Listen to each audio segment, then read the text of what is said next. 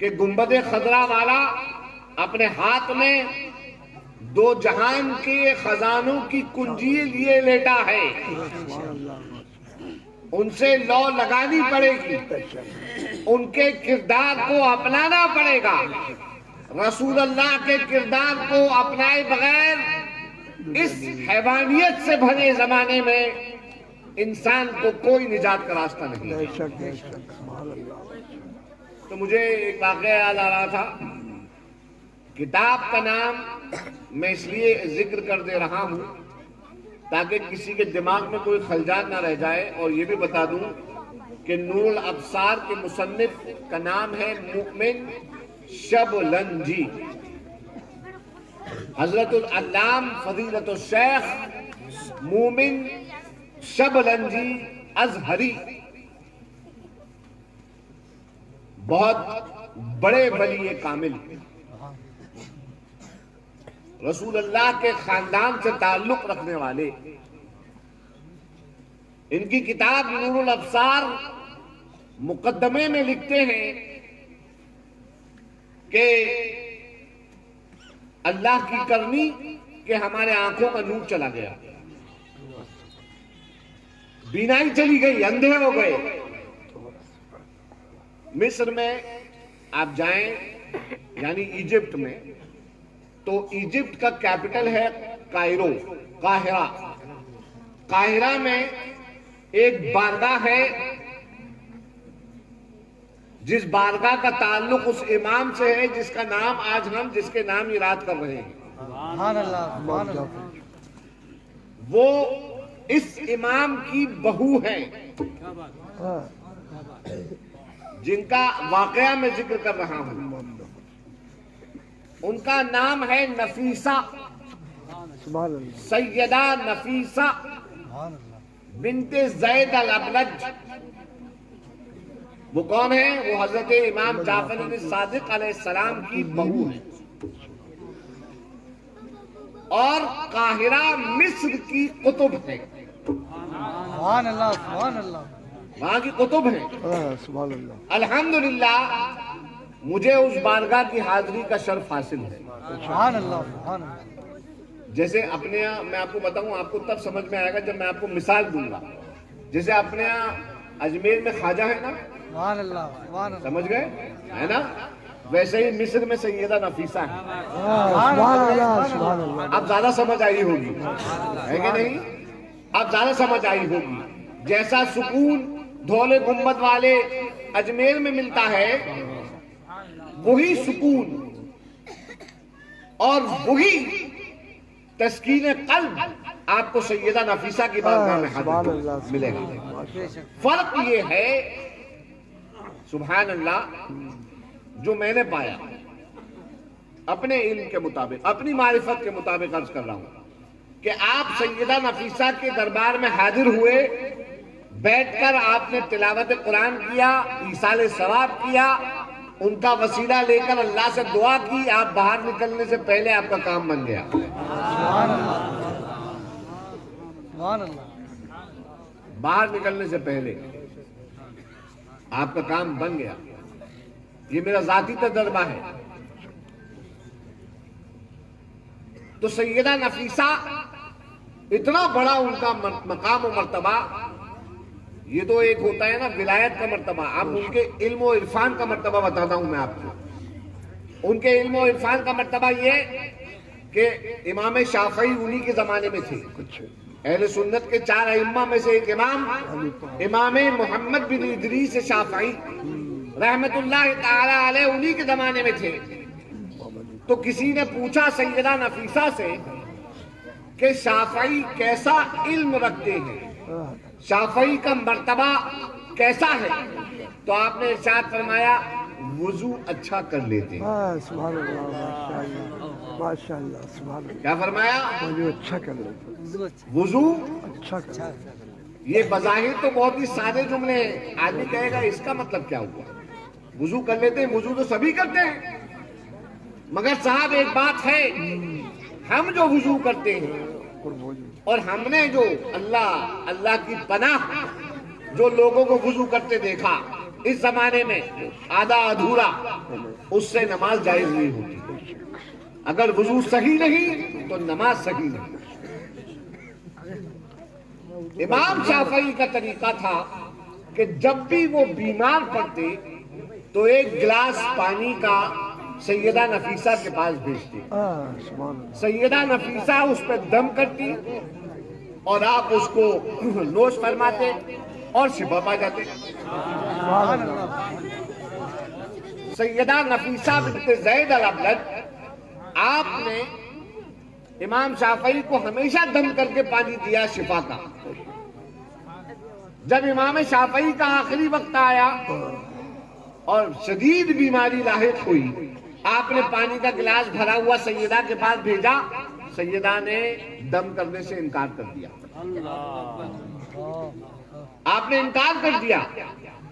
جب گلاس پانی سے بھرا ہوا لایا گیا اور یہ بتایا گیا کہ سیدہ نے دم نہیں کیا ہے، تو امام شافعی نے ایک ٹھنڈی سانس بھری اور کہا لگتا ہے شافعی کا آخری وقت آ گیا. تو مومن شبلنجی فرماتے ہیں کہ میں سیدہ نفیسہ کے روضے پہ گیا اور جا کر رونے لگا اور میں نے وہاں پر منت کی کہ اے اللہ، اگر تو اپنی اس برگزیدہ ولیہ بندی کے صدقے و طفیل میری آنکھوں کا نور لوٹا دے گا تو میں خاندان رسول پر ایک اچھی بڑی کتاب لکھوں گا. اہل سنت کے عبقری عالم ہیں مومن شبلنجی. آپ لوگوں نے پہلی مرتبہ مجھ سے ان کا نام سنا ہے.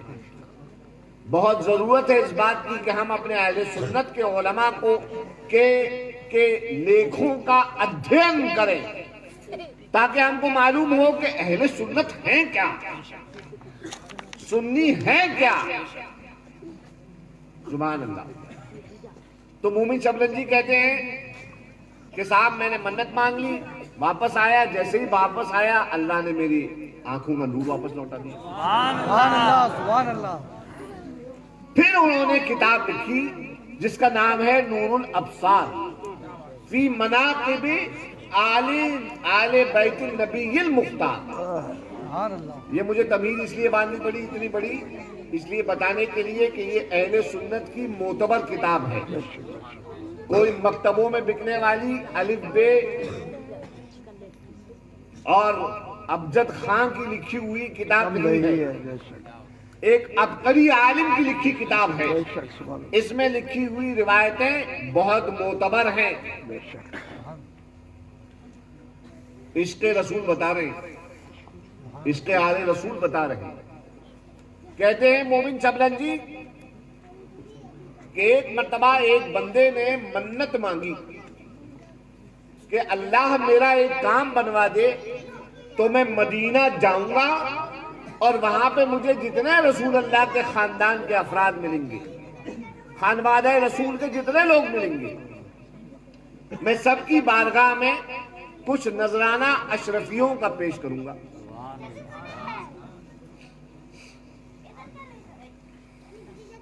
میں ذرا نازک منزل پہ آ گیا ہوں اس واقعے کی. وہ بندہ خدا مدینہ پہنچا تو اس نے دیکھا جو سید زادہ اسے مل رہا ہے وہ فضیلت علی کا قائل. سبحان اللہ. مزہ آیا. کمال صاحب جو مل رہا ہے وہ کہہ رہا ہے کہ ہمارے بابا علی کا حق تھا خلافت پر. اب ظاہر سی بات ہے کہ خلیفہ اول حضرت ابو بکر صدیق ہیں اور جو یہ سنتے آئے اور پڑھتے آئے اور پھر اس کے بعد انہوں نے جا کے جب اس کے برخلاف سنا تو دل میں ایک ہلکی سی قدورت آ گئی. تو وہ لکھتے ہیں کہ میں نے جب سیدوں کو یہ بولتے دیکھا تو میں نے نذرانہ دینے سے ہاتھ پیچھے کر لیا اور روضہ رسول پہ جا کے بیٹھا اور وہاں جا کے شکایت کی کہ رسول اللہ آپ کے آل، آپ کے خاندان والے اپنے بابا علی کی بات کرتے ہیں. اللہ اکبر. کہتے ہیں میں یہ کہتے کہتے مناجات کرتے کرتے میری آنکھ لگ گئی، میں سو گیا۔ میں اٹھا،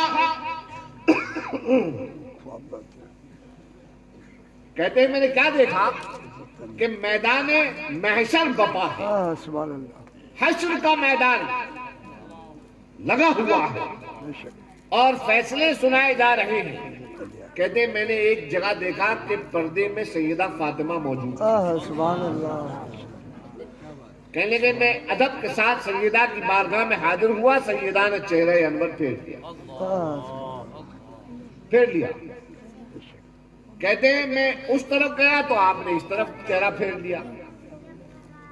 فرماتے ہیں مجھے بڑا عجیب سا لگا اور دل کو بڑا رنج ہوا کہ میں عاشق رسول ہوں، میں وفادار رسول ہوں، اور اس کے باوجود سیدہ میری طرف توجہ کرم نہیں فرما رہی۔ کہتے ہیں کہ صاحب میں ڈھونڈتا ڈھونڈتا رسول اللہ کی بارگاہ میں، ان کے بابا کی بارگاہ میں حاضر ہوں، اور میں نے کہا آقا، مولا، کریمہ، بادشاہ، میں سیدہ کی بارگاہ میں حاضر ہوا تھا اور سیدہ نے التفات کی نظر نہیں فرمائی، کرم نہیں فرمایا، آپ میری مدد فرمائیں، آپ میری سفارش فرما دیں، اگر سیدہ ناراض ہیں تو مجھ سے راضی ہو جائیں۔ آقا کریم علیہ الصلوۃ والسلام نے یاد فرمایا اپنی پیاری بیٹی فاطمہ کو، سبحان اللہ، سیدہ طیبہ طاہرہ عابدہ زاہدہ سلام اللہ علیہا و ام ابیہا،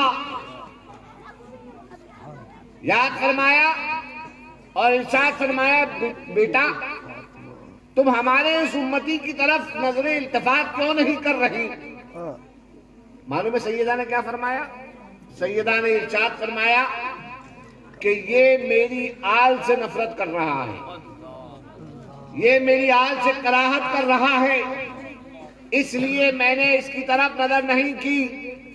وہ بندہ فوراً عرض کرنے لگا سیدہ ایسی بات نہیں ہے، بات یہ ہے کہ میں نے آپ کے جو خاندان والے ہیں، آپ کی آل ہیں، ان کو یہ کہتے سنا کہ ہمارے بابا کا یہ حق تھا خلافت پر اور یہ خلافت ان کے بعد چلی گئی، تو اس وجہ سے میں نے اب ان کی اس قول کی وجہ سے ان سے اپنا دامن کھینچ لیا، اس میں بری بات کیا ہے؟ سبحان اللہ۔ سیدہ نے فرمایا ٹھہرو، اور یہ کہہ کر آپ نے آواز دی سیدنا ابو بکر صدیق اور سیدنا عمر فاروق کو، سبحان اللہ، سبحان اللہ، دونوں شیخین کو یاد فرمایا، شیخین تشریف لائے، اللہ اکبر۔ آپ نے ارشاد فرمایا کیا آپ دونوں میری آل سے اس بات کے پیچھے شکایت اور شکوہ رکھتے ہیں؟ دونوں حضرات نے فرمایا نہیں، شہزادوں سے ہمیں کوئی شکایت نہیں۔ سبحان اللہ۔ جب میں نے ابھی حال فی الحال میں جب میں یہ روایت پڑھ رہا تھا تو میں نے بار بار پہلے تحقیق کری کہ یہ ہمارے اہل سنت کی کتاب ہے کہ نہیں، کیونکہ بہت ساری ایسی باتیں ہیں جو غیروں نے ہمارے یہاں داخل کر دی ہیں، مگر اندر تحقیق معلوم ہوا کہ بہت ہی کٹر اور پکے سنی ہے مومن شبلنجی۔ تو آج جن کی ہم رات منا رہے ہیں، آج رات جس کے نام کی ہے امام جعفر صادق، انہی کا قول مومن شبلنجی نے نقل فرمایا ہے اس کتاب میں نور الابصار میں۔ اور سنو میں تمہیں ایک اور ان کا ایک واقعہ بتا دوں جو انہوں نے نقل فرمایا، مجھے سب اسی کتاب سے آج آتا چلا جا رہا ہے، حالانکہ میں بہت دن ہو گئے مطالعہ کرے ہوئے، لیکن شاید امام جعفر صادق علیہ السلام کی ذات کی برکت ہے، سبحان اللہ، سبحان اللہ، اور ہمارے چہیتے خلیفہ جناب علامہ مولانا اور الحمدللہ ہمارے خاندانی خلافت کے حامل قاری رئیس احمد صدیقی صاحب قادری برکاتی سبحان اللہ، نوری قاسمی نے فرمائش کری، شاید اس وجہ سے بھی شاید یہ پیش کر رہا ہوں۔ آپ کو معلوم ہونا چاہیے امام جعفر صادق علیہ السلام اتنے بڑے صرف یہی نہیں کہ امام ہیں بلکہ اتنے بڑے عالم کہ وہ ہمارے امام اعظم ابو حنیفہ کے استاد. سبحان اللہ. مزہ نہیں آیا اس بات سے؟ اب سن لیجئے نکتے کی بات. امام اعظم ابو حنیفہ النعمان رضی اللہ تبارک و تعالی عنہ جن کو فالو کر کے ہم حنفی کہلاتے ہیں، ان کے معلوم ہے کتنے استاد ہیں؟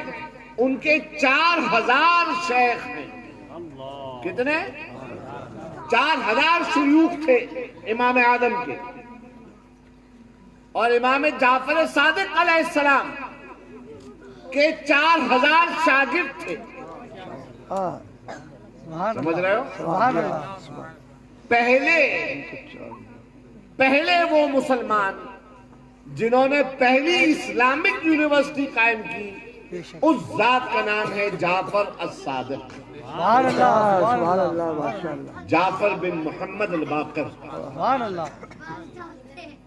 اور یہ امام جعفر اور ہمارے جد سیدنا امام زید، سبحان اللہ. سبحان اللہ. یہ بھتیجے ہیں امام جعفر اور ان کے سوتیلے چچا ہیں امام زید. سبحان اللہ. ان دونوں کے پاس امام آدم 2 سال پڑھے. ان کے پاس، دونوں کے پاس. تو امام آدم سے پوچھا گیا کہ حضور کم عمرک، آپ کی عمر کتنی ہے؟ تو حضرت امام آدم ابو حنیفہ نے جواب میں ارشاد فرمایا لولا سنتان لہلک نعمان. سبحان اللہ. تم عمر پوچھتے ہو؟ زید اور جعفر کے پاس یہ جو 2 سال بتائے، اگر یہ 2 سال نہ ہوتے تو ابو حنیفہ نعمان ہلاک ہو گیا. نعرہ تکبیر، نعرہ رسالت، خاندان مصطفیٰ. سبحان اللہ. سبحان اللہ. بے شک. تو یہی امام جعفر صادق علیہ السلام. سبحان اللہ. امام جعفر صادق علیہ السلام نے ہمیں، دیکھو اکثر طریقتی نشستیں ہوتی ہیں، اس میں بہت سارے سوالات نکلتے ہیں، مریدین بہت سارے سوال پوچھتے ہیں. میں آپ لوگوں کو ایک بات بتا دوں کہ اگر پیر تمہارے پاس آئے تو پیر سے تعویذ گنڈے اور پھونکا پھاکی کروانے سے بہتر ان سے پوچھو کہ حضرت آپ کے ذریعے جن مشائخ کا دامن ہمیں ملا ہے، ان مشائخ کے بارے میں ہمیں بتائیے کہ وہ اللہ کے ولی بنے تو کیسے بنے. سبحان اللہ. سبحان اللہ. اللہ کی عبادت نماز. یہ بتائیے سبحان اللہ. بجائے پھونکا پھاکی کروانے کے. تب آپ کو پتا چلے گا کہ آپ کس دین کو بلونگ کرتے ہیں، کس دین کا علم آپ کے ہاتھ میں ہے. امام جعفر صادق علیہ السلام سے پوچھا گیا حضور قطب کسے کہتے ہیں؟ قطب کسے کہتے ہیں؟ تو آپ نے ارشاد فرمایا قطب کہتے ہیں اللہ کے اس ولی کو جس کو اللہ نے حروف مقطعات کا علم عطا فرمایا. سبحان اللہ. سبحان اللہ. حروف مقطعات اپنے ائمہ سے پڑھو. مسجد میں نماز پڑھنے جاؤ، اپنے اماموں سے گزارش کر کے پڑھو قرآن. قرآن پڑھو قرآن. تو قرآن میں چند ایسے حروف آئے ہیں، باقی قرآن کا تو ترجمہ سب کو معلوم ہے، لیکن چند ایسے حروف جیسے کاف ہا یا عین صاد ہا میم تا ہا الف لام میم، الف لام میم صاد نون وغیرہ وغیرہ، یہ کہلاتے ہیں حروف مقطعات. یعنی ان کا علم صرف اللہ کو ہے. کس کو ہے؟ اور اللہ کی عطا سے اس کے حبیب کو ہے. رسول کو. ٹھیک ہے، اللہ کی عطا سے کس کو؟ اور پھر وہ جسے چاہیں بانٹے، سبحان اللہ، وہ جسے چاہیں۔ امام جعفر صادق سے پوچھا گیا حضور قطب کون؟ تو آپ نے فرمایا جس کے پاس حروف مقطعات کا علم ہے۔ تو فرمایا کہ آپ کو علم ہے؟ دریافت کرنے والے نے پوچھا حضور آپ کو علم ہے؟ تو آپ مسکرائے، ارشاد فرمایا سنو، یاسین والقرآن الحکیم انک لمن المرسلین علی صراط مستقیم۔ سبحان اللہ، سبحان اللہ۔ پوچھا کیا سرکار آپ کو کیا معلوم ہے؟ ارشاد فرمایا یاسین حروف مقطعات میں سے ہے، ہمیں معلوم ہے اس کا مطلب، سبحان اللہ، سبحان اللہ، ہمیں اس کا مطلب معلوم ہے۔ عرض کیا حضور کیا مطلب؟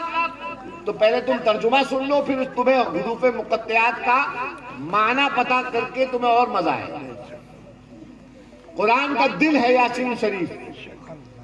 کیسے شروع ہوتی ہے؟ یاسین والقرآن الحکیم، یاسین حروف مقطعات جس کا علم اللہ کو، اس کے بتائے سے اس کے رسول کو، والقرآن الحکیم اور قسم ہے حکمت والے قرآن کی، انکا لمن المرسلین اے محبوب بے شک تم رسولوں میں سے ہو، سبحان اللہ، سبحان اللہ، علی صراط مستقیم سیدھے راستے پر ہو، ہے نا؟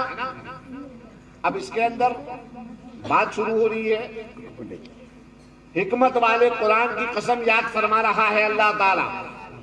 میں نہیں کہوں گا قسم کھا رہا ہے، سبحان اللہ، سبحان اللہ، اللہ کھانے اور پینے سے پاک ہے۔ سبحان اللہ، جب قسم کا ذکر اس ذات کی طرف منسوب کیا جائے گا تو کھانا نہیں یاد فرمانا کہا جائے گا۔ سبحان اللہ، سبحان اللہ، تو ارشاد فرمایا اور حکمت والے قرآن کی قسم۔ امام جعفر صادق نے ارشاد فرمایا سنو، حروف مقطعات یاسین کا مطلب کیا ہے؟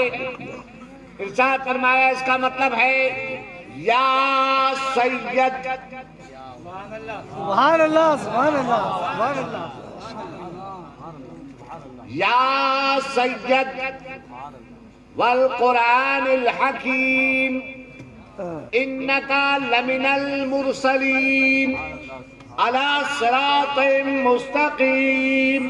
محبوب سے خطاب ہو رہا ہے، سبحان اللہ، اے سردار، سبحان اللہ، خطاب ہو رہا ہے، اے سردار حکمت والے قرآن کی قسم بے شک تم رسولوں میں سے ہو اور سیدھے راستے پر ہو۔ سبحان اللہ، سبحان اللہ، سبحان اللہ، رابطہ قائم ہو گیا، وقت قائم ہوا۔ کس نے بتایا؟ جعفر صادق۔ پھر ان سے پوچھا گیا کہ حضور یہ راز کیا ہے؟ قطب کہتے ہیں، دوسرے الفاظ میں قطب کہتے ہیں غوث کو، غوث جو زمانے کی باطنی حکومت جسے اللہ تعالیٰ عطا فرماتا ہے۔ تو امام جعفر صادق کی بارگاہ سے سبحان اللہ مومن شبلنجی نقل کرتے ہیں نور الابصار کی مناقب آل بیت النبی المختار میں، آپ نقل کرتے ہیں اس بات کو کہ حسن مصطفیٰ کی قربانی، سبحان اللہ، حسن مصطفیٰ نے ظاہری حکومت کو، تخت و تاج کو، خلافت کو قربان کیا تو اللہ نے آل رسول، نسل رسول کو، ان کی نسل کو یہ انعام عطا فرمایا کہ اب قیامت تک جو غوث ہوگا، جو قطب ہوگا، وہ آل رسول ہی ہوگا۔ سبحان اللہ، سبحان اللہ، نعرہ تکبیر، نعرہ رسالت، برکاتی پورا، سبحان اللہ، سبحان اللہ، ماشاء اللہ، سبحان اللہ، سبحان اللہ، سبحان اللہ، الحمدللہ۔ وہ کون ہوگا؟ آل رسول ہی ہوگا۔ قابل مبارکباد ہیں اہل ملتان پورا اور ضلع منڈسور کے سنی مسلمان کہ آج تم جعفر صادق کی رات منا رہے ہو۔ سبحان اللہ، سبحان اللہ، اللہ نے تمہیں توفیق عطا فرمائی کہ جب سب بھولے ہوئے آرام کے لیے اپنے بستروں میں رضائیوں میں دبے ہوئے آرام کر رہی ہے دنیا، تو تم رسول اللہ کی آل کے نام پہ یہاں جمع ہوئے ہو، تم جعفر صادق کے نام پہ یہاں جمع ہوئے ہو، اور یقین جاننا یہ ملتان پورے کے اس میدان میں جمع ہونا یہ کوئی معمولی بات نہیں ہے۔ کل حوض کوثر پر، کل تیرے صراط پر، کل میزان پر، کل لواء الحمد کے نیچے جب حاضر ہونا، اس فقیر گناہگار سید کی اس بات کو پیش کر دینا وہاں جا کر کہ آقا ہمارے پاس عمل نہیں ہے، ہمارے پاس علم نہیں ہے، مگر ہم آپ کے آل کے نام پر جب آتا تھا تو ہم جمع ہو جایا کرتے۔ میں تم کو زندہ باد زندہ باد زندہ باد زندہ باد میں تم کو گارنٹی لکھ کے دیتا ہوں اس بات کی گارنٹی لکھ کے دیتا ہوں کہ تم وہی کر رہے ہو جسے کرنے کا حکم رسول اللہ نے تمہیں دیا، جس کو کرنے کا حکم اللہ نے تم کو دیا ہے۔ تمہارے پاس ضمانت ہے، اس زمانے میں تم آل رسول کا نام جپتے ہو، تم رسول اللہ کے خاندان سے محبت رکھتے ہو، کوئی تمہاری عقیدے پر، کوئی تمہارے ایمان پر اگر سوالیہ نشان قائم کرے تو تم کہو بھیا ہماری بات، ہمارے دل کے حال کا ضامن کی ضمانت اللہ کی بارگاہ میں، رسول اللہ کی بارگاہ میں، علی کی بارگاہ میں، حسن کی بارگاہ میں، حسین کی بارگاہ میں، زین العابدین کی بارگاہ میں، باقر کی بارگاہ میں، جعفر صادق کی بارگاہ میں، موسی کاظم کی بارگاہ میں،